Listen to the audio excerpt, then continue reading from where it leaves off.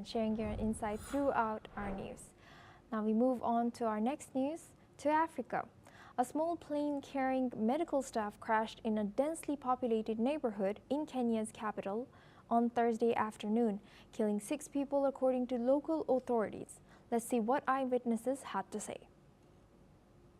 Tulikuwa tumetulia tu nyumbani kidogo kidogo tukasikia mgurumo but hatukujua ni nini. So tukatoka nje kuangalia juu tukaona moshi. So kuona moshi tukaulizana na sister yangu kwani ni nini inaendelea. So our neighbor juu nyumba yao ni ya ghorofa walikuwa juu tukawauliza kwani ni nini inaendelea huko kunatoka moshi. So wakasema ni kama kuna ndege imeanguka. The Cessna aircraft operated by AMREF Flying Doctors was flying to Hargeisa, the capital of Somalia's breakaway territory of Somaliland. When it went down, in a statement, the charity confirmed it was one of their planes. Kiambu County Commissioner Henry Wafula said all 4 people on board were killed, along with 2 people on the ground. The Kenya Civil Aviation Authority said the plane took off from Wilson Airport at 2:14 p.m. local time and lost contact with air traffic control just 3 minutes later. One witness said she heard a loud sound, then saw smoke rising over the neighborhood. Crashes involving light aircraft are relatively common in Eastern Africa. In April last year, Kenya's military chief was among 10 people killed in a helicopter crash shortly after takeoff. Let's see what the country commissioner Henry Wafula has to say. Around 14 hours, 20 minutes, a small aircraft was headed to our borders with Kenya, reliably informed by MREF to Somalia, to evacuate sick people. Unfortunately, this incident happened. So we have lost 4 people, including the pilot. As you can see, the wreckages. It was all fatal. The house that it landed on also had some injuries, serious injuries, and 2 people again also died.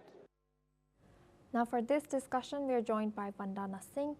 She's an aviation expert. Thank you, Vandana, for joining us today. Good to see you. Now, given this Thank you. Now, given the circumstances of this crash, also in a densely populated area, what do you think are the key factors that could have contributed to such accident? Okay, firstly, I was listening to the commissioner, and it's really sad and heartfelt condolences, because these were 4 doctors on board, 2 nurses, the pilot. It's very, very unfortunate to see this happen.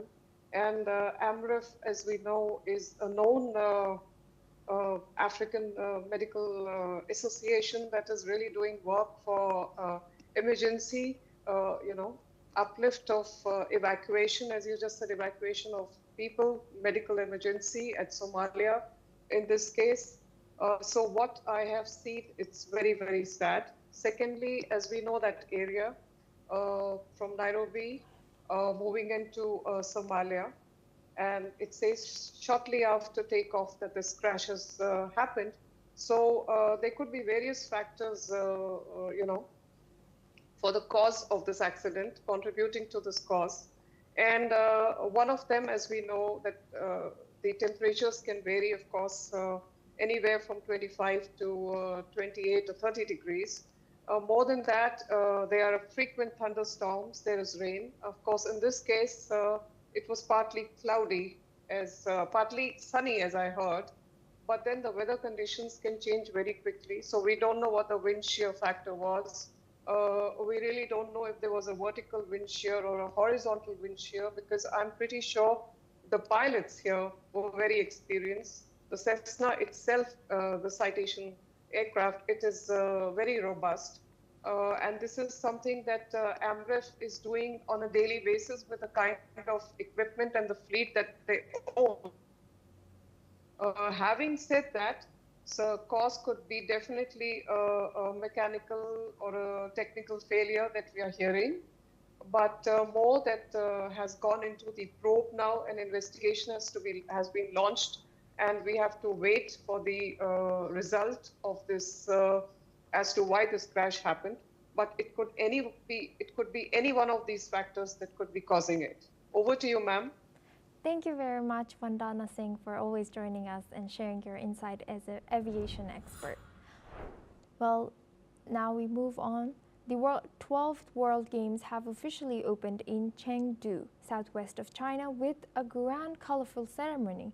It has been attended by senior Chinese leaders and global sports officials, including State Councillor Shen Yi-Qin and Sports Minister and Chengdu 2025 Organizing Committee Chair Gao Zidan. This mega event welcomes 6,679 athletes and officials from 116 countries and regions. Over the coming days, competitors will take part in 34 major events, from traditional sports like karate and archery to modern contests such as drone racing and parkour. Organizers say the Games aim to showcase athletic excellence while fostering culture exchange and stronger ties, particularly between China and ASEAN nations. Sports that are set to debut at the 2028 Los Angeles Olympics, such as trampoline, sports climbing, and flag football, will also be featured. Traditional Chinese sports like dragon boat racing and wushu make their first appearance as official competitions. Well, that's all we have time for. We will continue to bring more news updates from around the world.